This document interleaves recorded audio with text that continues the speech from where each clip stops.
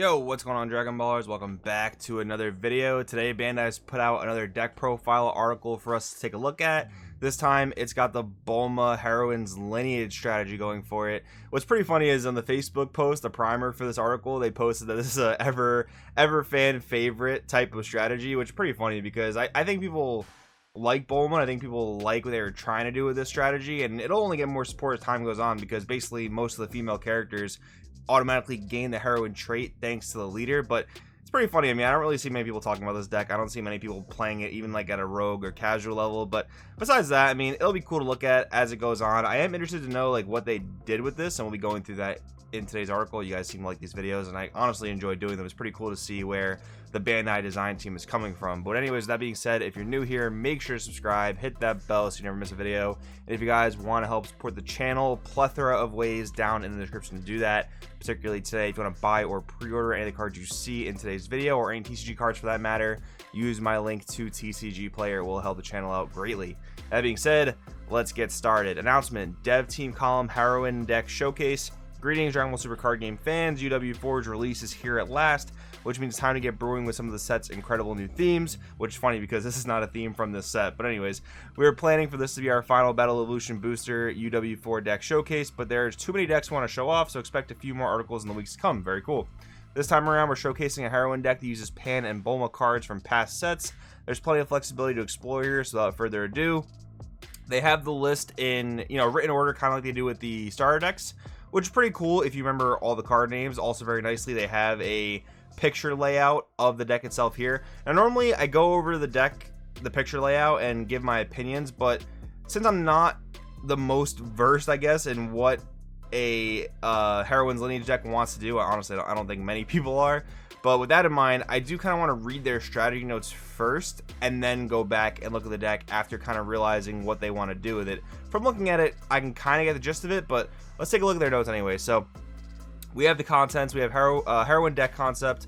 We have deck overview, deck goals, early game, mid game, playing cards during your opponent's turn, always a powerful thing, synergistic picks, and then in closing. So number one with the deck concept, a colorful control deck, control being an interesting choice of words there, with support for Dragon Ball's heroines past, present, and future. Being able to ignore heroines specified cost means there's no limit on card choices or on your game plan. Man, no limit on card choices. Like, the way they word these things, I get what they're trying to say, but this deck is very limited on card choices. Like, for instance, with the unisons you can play, you can't play cards like Charismatic Villain and things like that because you're limited on the battle cards you can play. You can only play Heroine's Lineage, so there are pretty specific limits there.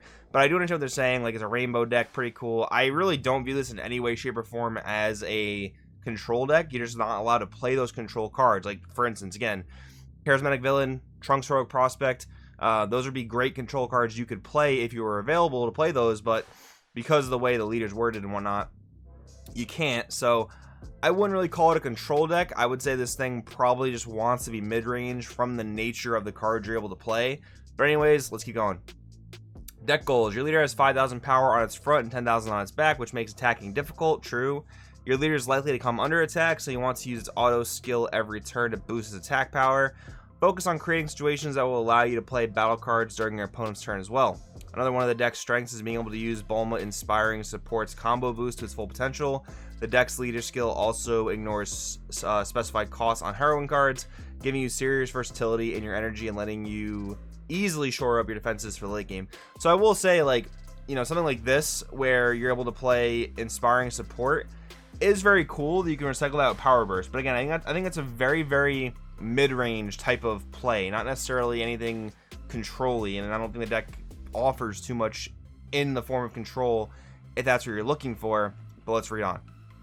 Early games, we have Awakening Talent Pan, Launch the Wild One, Chilai Behind the Scenes, Heroine, and Great Saiyaman 2 Budding Hero. So this leader draws a card every time you play a card, so it's imperative that you have cards to play every single turn. Awakening Talent Pan is a one-card engine helping you manage your life cards for Awakening and returning to hand at the end of the turn to activate your leader's auto skill again and again.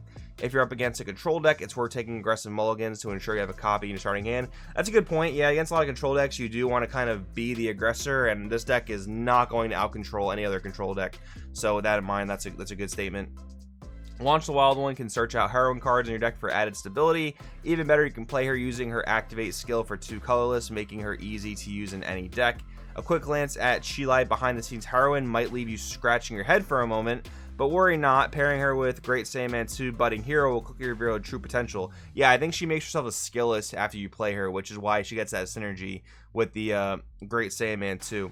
So, yeah, Great Saiyaman 2 returns skillless battle cards to your hand, giving you an easy way to reuse Chile behind the scenes Heroine. So it is kind of nice. You have a legendary flute. If you guys are newer to the game, don't know what that card was. Basically, it's a way of returning cards to your hand to replay them.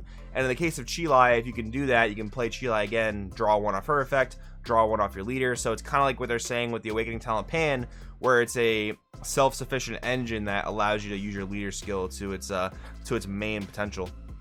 Mid-game, we have Rosie Blast Manipulator, Kakunsa Feral Fury, and Gine Heroic Support. So, Rosie Blast Manipulator has both hand destruction and triple attack and is the Heroine deck's main attacker. Your leader skill gives her 20k power and 3 attacks to blast away your opponent's resources. When your opponent has 8 cards in hand, Kakunsa becomes an unbelievably efficient 1-cost 20k power double striker. It's especially good for keeping energy open for your opponent's turn. True. A key card for this deck in particular is Gine Heroic Support, whose combo effect adds a Heroine card from energy to your hand, giving you extra energy and effectively serving as super combos 5 through 8. It needs Sparking 5 to activate, but that's what Kakunsa Feral Fury Burst 2 is for. Playing cards during your opponent's turn, you have Heroic Duo Videl, Launch Inspiring Support, which I do think Launch Inspiring Support is actually quite a good card. 1-drop blocker that can actually draw you cards during your opponent's turn with your leader. I do think that's pretty cool. Android 18 Let the Battle Begin is an absolutely insane card. We've talked about that many times here on the channel. As mentioned in part 1, your leader skill doesn't have enough power to stand up to attacks on its own. Activating its auto skill during your opponent's turn is essential for fending off your opponent's offense. Heroic Duo Videl is a counter attack. Enters play after thwarting an opponent's attack. Key defensive card and easy to use. Launch Inspiring Support is a battle card. Enters play after a combo. Also has blocker, giving you easy avenue for building combo power while keeping your opponent's attacks at bay. And then if Launch the Wild One's in play, you can play Android 18 Let the Battle Begin for cheap, countering an opponent's battle card and sending it to the bottom of their deck. It also gets a power boost from your leader's auto skill, becoming a 20k blocker. That's actually a really cool synergy there that I didn't consider. Like, it does become a 20k blocker, so you can chump block a 15k attack and keep your Android 18, which is cool. And I did mention before how the deck does not have access to Charismatic Villain, but getting Android 18 is a pretty good trade-off in that regard. So it is nice that at least you have that in terms of being control-y. I think from my list I only played 2 copies though, so I wouldn't really call that super control, but we'll see our list again when we go back up to it. Synergistic picks, so these are cards they don't quite include but talk about. This card from the Unison Warrior series, Tournament Pack Volume 4, can be played for free, leaving your energy open during your opponent's turn while activating your leader's auto skill. Yeah, I believe this is a free blocker, which we haven't seen in several sets, but just a free blocker for leader's Heroine's Lineage, or I think a Goku GT, so that's cool. Playtime's over, lets you recycle your black 1-drops, which is nice. Like, you can get your super combo back to the board, but it does come back with skills negated, so I think that Power Burst is probably going to be the better option in this deck in particular. But Playtime's Over versus Power Burst is a debate you'll want to have in decks like Dark Broly and maybe even Vegex, things like that.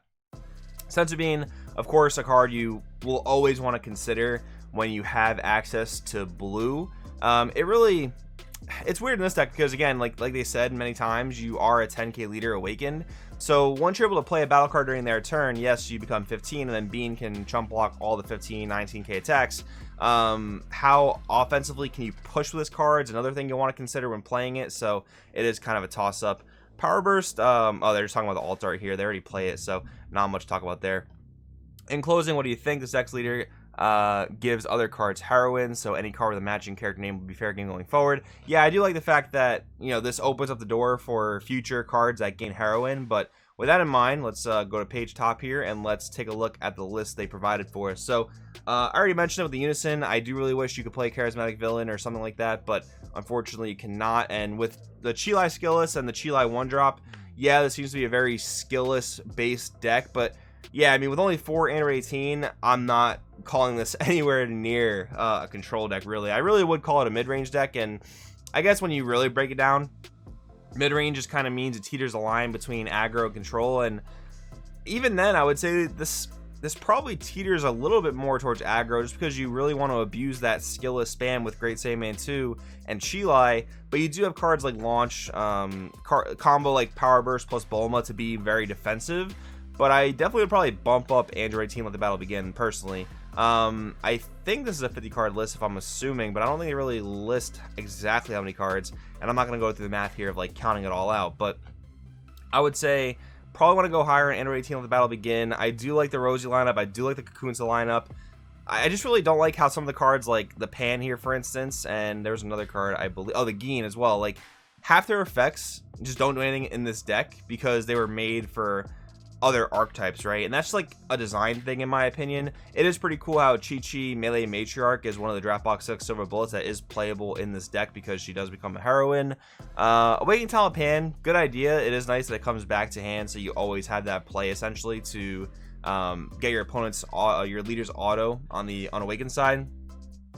Look at the rest of the list. I think it's fine, you know. I really don't think anything for this deck allows it to go over the top. Like if it was more of a control deck, you'd want some sort of boss monster that can almost ensure the game. This deck doesn't really have that. Again, you're really just relying on that 20k skillless / 15k beatdown, which definitely does not a control deck make. But besides that, I think this deck is definitely fun, probably something to take to locals. That Chilai promo should be quite cheap because this deck is not going to really do all that much. I think that's pretty safe to say. But with that in mind, always a cool thing when Bandai shows a deck they've been working on. I do want in the comments below what you guys think about the list.